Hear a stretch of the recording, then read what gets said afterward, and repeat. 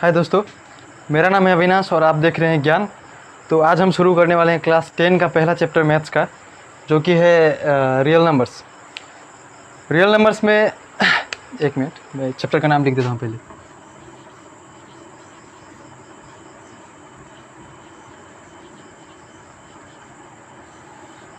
जैसा कि चैप्टर के नाम से पता चलता है, रियल नंबर्स, जो नंबर्स रियल वर्ल्ड में एग्जिस्ट करता है उसी को रियल नंबर्स बोलते हैं। इस चैप्टर में जो दिया गया है आप लोग के बुक में, एनसीईआरटी बुक में, Euclid's division lemma, Euclid's division algorithm. आप लोग घबराइए मत, इस नाम को पढ़ के आप लोग डरिएगा मत। ये आप लोगों को सिर्फ डराने के लिए ना, भ्रम पैदा करने के लिए दिया गया है। इसका बेसिकली जो इसके बारे में आप लोग पहले पढ़ चुके हैं। आप लोग बचपन से ही लॉन्ग डिवीज़न मेथड करते आ रहे हैं ना। बस कुछ नहीं है, वही है डिवीज़न एल्गोरिथम। बस वही जो लॉन्ग डिवीज़न मेथड है ना, वही इस चैप्टर में यूज़ होगा।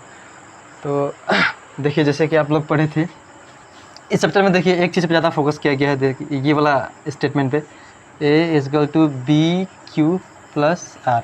ऐसा कुछ होगा नहीं तो आप लोग के बुक में कुछ और होगा। यहाँ पे डी क्यू प्लस ऐसा कुछ करके दिया होगा। देखिए मैं आप लोग को समझा रहा हूँ। लॉन्ग डिवीज़न मेथड में कैसा था, मान लीजिए कि 24 को डिवाइड करना है 5 से। 5 से डिवाइड किए, 5 4 जा 20, रिमाइंडर बचा 4। हाँ, तो इस केस में हम लोग क्या करते हैं, यहाँ पे डिवीज़र, यहाँ पे डिविडेंट, यहाँ पे क्यू कोशेंट,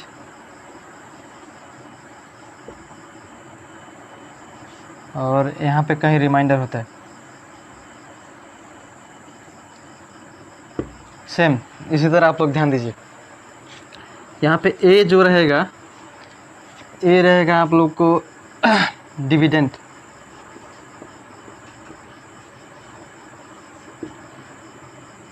बी रहेगा आप लोग का divisor,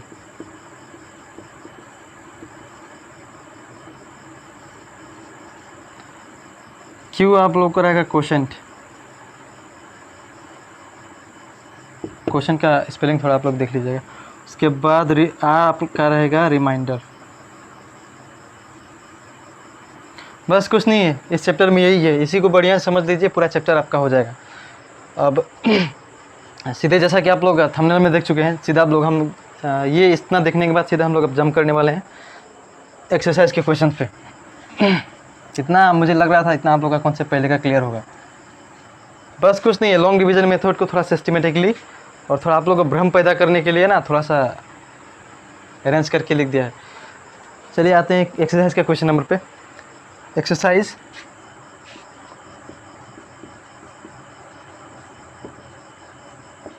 one point one, question number 1, उसका 1 part 1।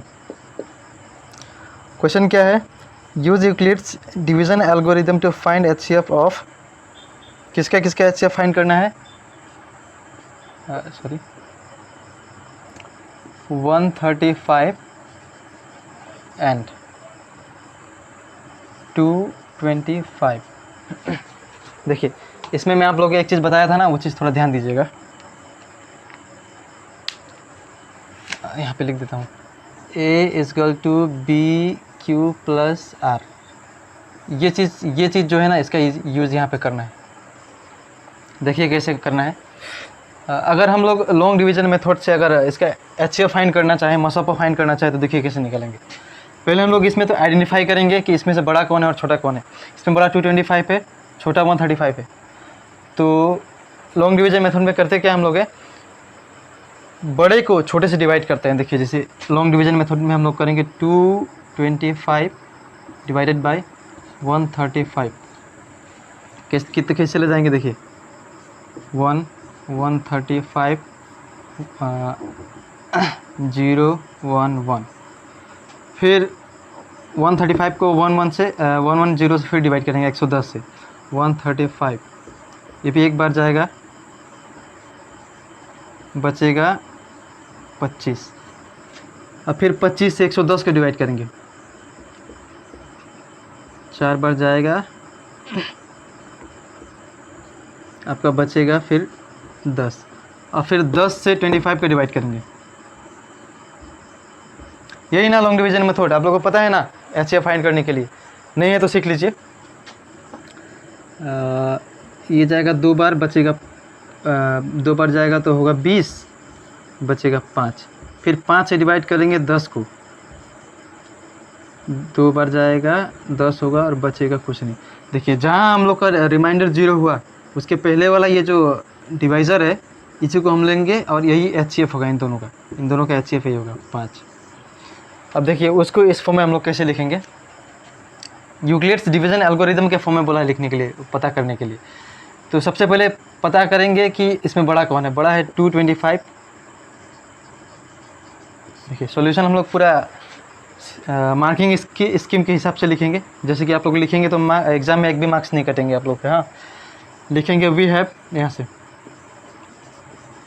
We have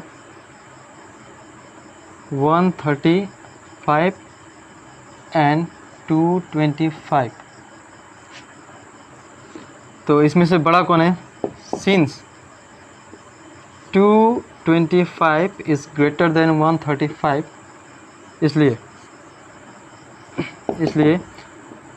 225 is equals to, इसको 135 के टर्म में लिखना है, 225 को 135 के टर्म में लिखना है। 135 देखिए वहाँ उसका भी यूज़ होने वाला है। हाँ किस किए हैं, 225 को 135 इंटू 1 किए हैं, 135 इंटू 1, रिमाइंडर कितना बचा था, 110 बचा था, प्लस 110 हो गया। नेक्स्ट क्या किया, नेक्स्ट 110 बचा है, तो फिर 135 को 110 से फिर डिवाइड कर दी, तो फिर वहाँ से देखना है 135 कैसे हुआ था, 110 गुणे 1 प्लस रिमाइंडर 25 बचा था। नेक्स्ट फिर क्या करना है, 110 को अब लेना है, 110 को 110 इजकल टू 110 को डिवाइड करने के लिए क्या किए थे, 25 इंटू 4 किए थे, 25 इंटू 4 प्लस आप लोग का 10 बचा था। फिर देखिए क्या किए थे, अब 25 को यहाँ पे लेना है, 25 यहाँ पे, फिर 25 को डिवाइड किया ना 10 से, तो 10 इंटू 2 प्लस 5, ये वाला अब 10 को फिर लेना अगेन, 10 को कैसे किए थे, 10 को किसे डिवाइड किए थे, 5 से डिवाइड किए थे, तो 5 इंटू 2 प्लस 0, देखिए रिमाइंडर यहाँ पे 0 बचा है। तो जहाँ पे भी रिमाइंडर आप लोग का 0 बच रहा है उस केस का जो ये डिवाइज़र होगा, हाँ उस केस का जो डिवाइज़र होगा, ये देखिए डिवाइज़र यहाँ पे था ना, वही आप लोग एचसीएफ होगा। तो देखिए मार्किंग स्कीम के हिसाब से कैसे लिखेंगे, ये मिटा दे रहा हूँ, आप लोग, मुझे लग रहा है कि आप लोग को पता होगा ये।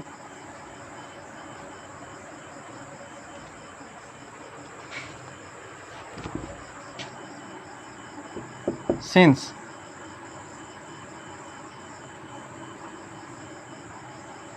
we find r is equal to 0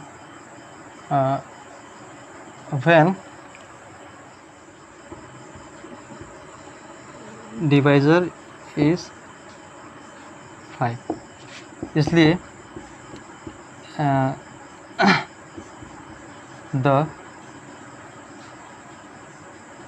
required HCF of 135 and 225 is 5 answer. तो चलिए हम लोग अब अगले क्वेश्चन की ओर बढ़ते हैं। अगला क्वेश्चन है सेकंड नंबर है, क्वेश्चन क्या है, 196 एंड 38220, इन दोनों का हम लोग को एचसीएफ फाइंड करना है। तो इन दोनों का एचसीएफ फाइंड करने के लिए हम लोग को लॉन्ग डिवीजन मेथड से पहले देखते हैं। हाँ समझने के लिए 196, इसमें से बड़ा कौन है, ये बड़ा है, तो इसको हम लोग इससे डिवाइड करेंगे 196 196 डिवाइड्स 38220 1 195 टाइम्स ये जाएगा 38220 ये कट जाएगा पूरा, मतलब जीरो बचेगा। तो हम लोग का देख रहे हैं रिमाइंडर जब जीरो हो गया है तो ये प्रोसेस पूरा स्टॉप हो जाएगा, लेकिन वहाँ का डिवाइजर कौन रहेगा, ये 196। तो इसको हम लोग इस फॉर्म में लिखते हैं, देखिए इसको 196 के फॉर्म में लिखिए, देखिए 38 सॉल्यूशन लिखेंगे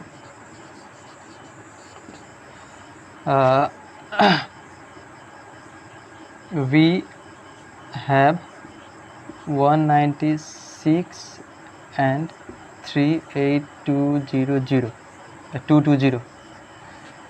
So we can see that since 38220 is greater than 196, इसलिए therefore 38220 is equal to 196 into 195 plus 0।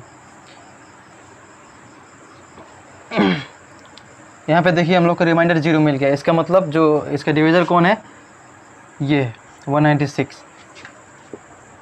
Since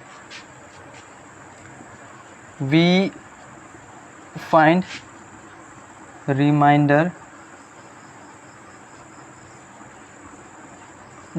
0,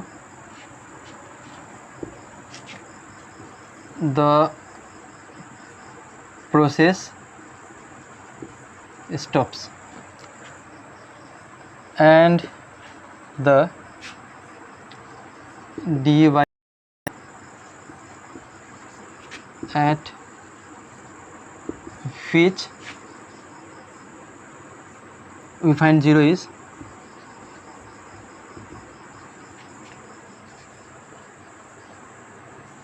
is 196। आगे वहाँ लिखता हूँ,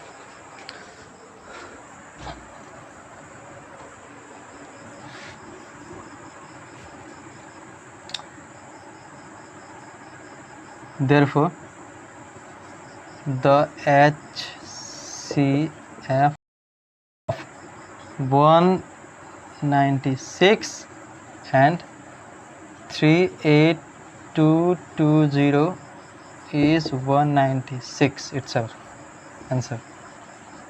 आप इस तरह से लिखिए, कोई भी एग्ज़ाम में 1 मार्क्स भी नहीं कटेगा, ये मेरा गारंटी। तो आइए हम इस क्वेश्चन के अगले पार्ट की तरफ चलते हैं, जो कि है 867 एंड 255। तो आप लोगों को समझने के लिए, आसान बनाने के लिए इसको हम पहले लॉन्ग डिवीज़न मेथड से समझते हैं। देखिए हम लोग क्या करेंगे,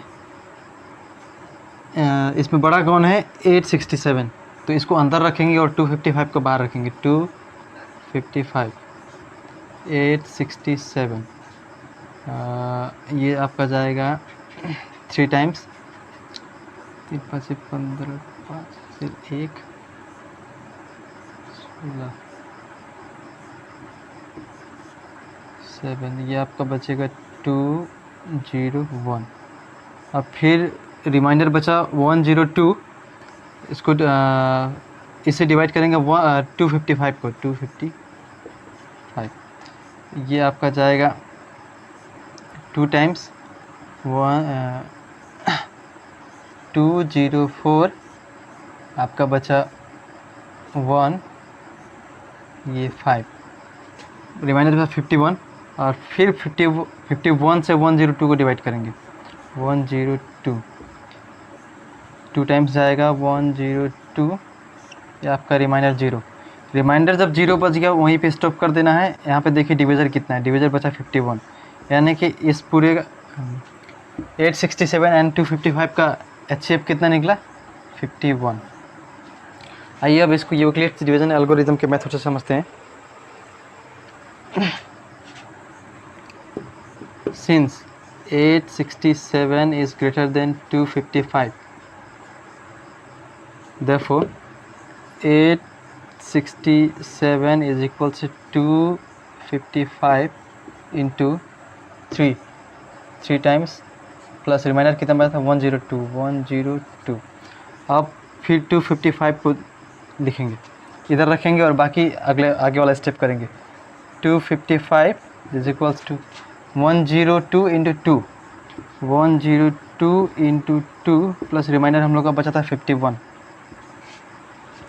अब फिर 102 को बाहर रखेंगे, 102 is equals to 51 into 2, 51 into 2 plus 0। देखिए इस स्टेप में हम लोग का रिमाइंडर 0 आ गया है, तो इसका डिवीज़र कितना है 51, तो इसका HCF कितना निकला, HCF निकला आपका 51। इसको लिखते हैं, देखिए एग्ज़ाम के फॉर्म में लिखेंगे कैसे, एग्ज़ाम में लिखने के लिए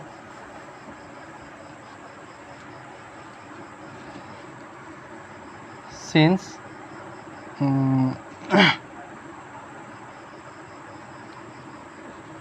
we get 0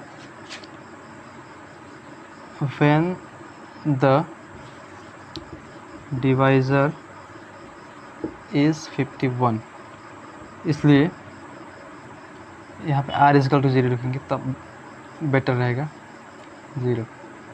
इसलिए therefore the required HCF of 867 and 255 is 51 and that is the answer।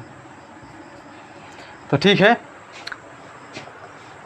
इस वीडियो में बस आज के लिए इतना ही। अगले वीडियो में हम लोग अगला क्वेश्चन करेंगे इसका और आगे ख़त्म करेंगे। तब तक के लिए पढ़ाई करते रहिए और वीडियो कैसा लगा लाइक ज़रूर कीजिएगा और कमेंट में ज़रूर बताइएगा। Thank you.